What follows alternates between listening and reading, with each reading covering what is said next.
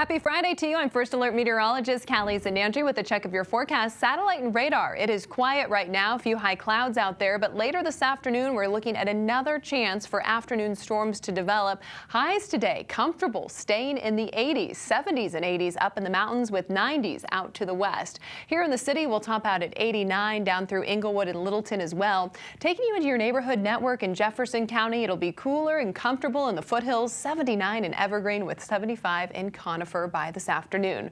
We are expecting some changes later today. Strong to severe storms developing once again. That's why today is a first alert weather day. Denver metro area north and northeast under that level 2 threat for severe weather. To the south, a level 1, a marginal risk. Today, the big factors with these storms will be heavy rain that could produce some localized flooding as well as hail. The storms we saw yesterday produced a lot of wind, but we're not expecting that with these storms today. Mostly hail as well as that heavy rain. Now these are going to be slow moving as they push through after about 2 o'clock today through the evening, and they could linger across the eastern plains through midnight tonight before pushing out. Closer look at the Denver metro area. Storms starting in the foothills, pushing across the Denver metro area out to the eastern plains through the evening hours. And as they do so, they'll have more low-level moisture to work with today, and that could produce that heavy rain that could lead to some localized flooding.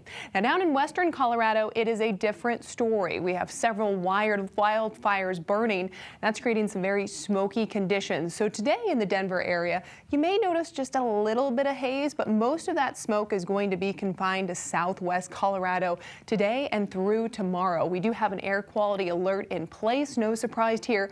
Unhealthy air for sensitive groups due to that smoke that is lingering in the air. Overnight, once again, some relief comes our way. We'll drop into the upper 50s, low 60s here in the Front Range and the eastern plains, 40s and 50s up in the high country after those showers and storms move out. And then tomorrow, another day with temperatures slightly below normal.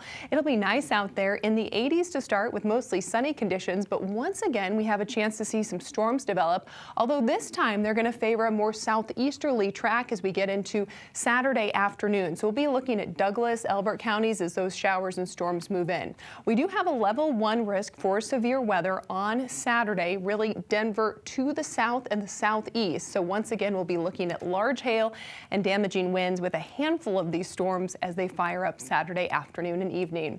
On the Super 7-day forecast on Sunday, the heat returns. We'll be back in the low 90s. We're looking at drier conditions headed our way. The 90s stick around on Monday before we see another cold front move through, dropping temperatures into the 70s and the 80s by the middle of next week.